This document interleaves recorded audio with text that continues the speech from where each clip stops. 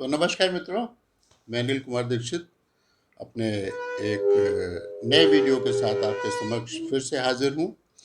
इस video channel का नाम है हमारे दीक्षित जी स्पीक्स। वैसे तो इस तरह के विषय मैं अपने कार्यक्रमों में शामिल नहीं करता हूँ, लेकिन आज मुझे लगा कि शायद इसकी आवश्यकता है, इसलिए मैंने इसमें अपने अपने कार्यक्रम में आज इसको शामिल किया।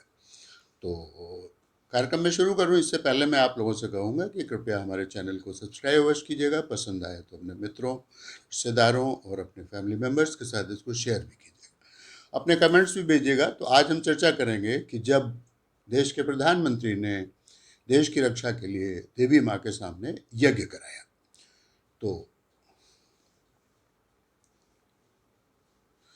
जो घटना मैं आपसे वर्णन करना चाह रहा हूँ, इसको शायद जो कुछ की काफ़ी जो वरिष्ठ नागरिक लोग हैं वो शायद जानते भी होंगे, उन्होंने इसके विषय में सुना भी होगा, लेकिन शायद जो नवयुवक हैं वो तो नहीं जानते होंगे।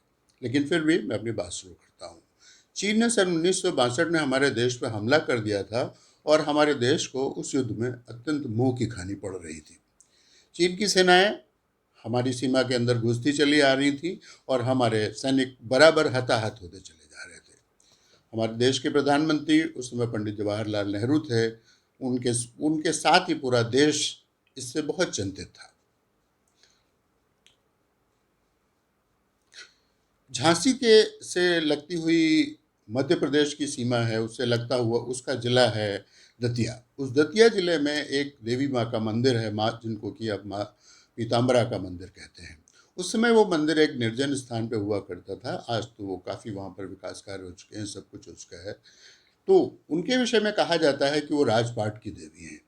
तो पंडित नेहरू के सलाहकारों ने भी उनको सलाह दी कि आप एक दफ़े माँ पीताम्बरा का से युद्ध रोकने की प्रार्थना कीजिए और वहाँ पर यज्ञ कराइए।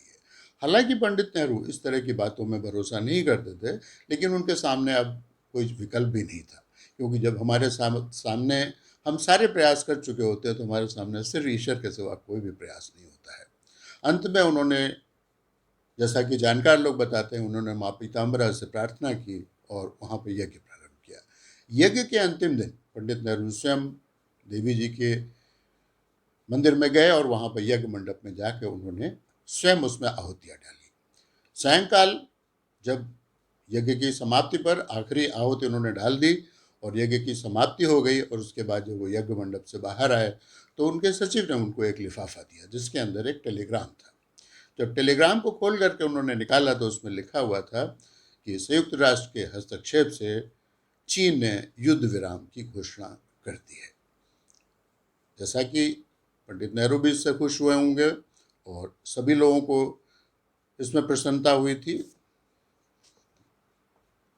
ये बातें, ये घटना मुझे जब पिछले दिनों मैं माँ पीताम्बरा देवी के दर्शन करने के लिए मैं वहाँ पर गया, तो वहाँ पर के कर्मचारी जो कि वहाँ पर बहुत दिनों से कार्य कर रहा था, उसने मुझे ये घटना का जिक्र किया।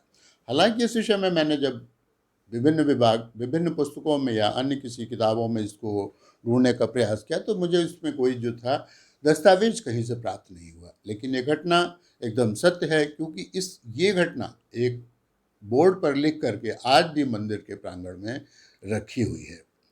तो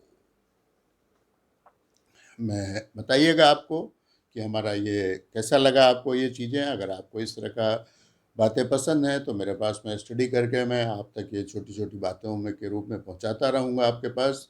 और आपकी सुझाव और आपकी कमेंट्स की आकांक्षा के साथ मैं अनिल कुमार दीक्षित अब आपसे आज्ञा लेता हूं और उससे पहले एक दफ़े आपसे गुजारिश करता हूं कि कृपया हमारे चैनल को सब्सक्राइब अवश्य कीजिएगा और अगर पसंद आए तो अपने मित्रों, रिश्तेदारों और फैमिली मेम्बर्स के साथ शेयर अवश्य कीजिएगा। ठीक है, तो नमस्कार, अपनी सेहत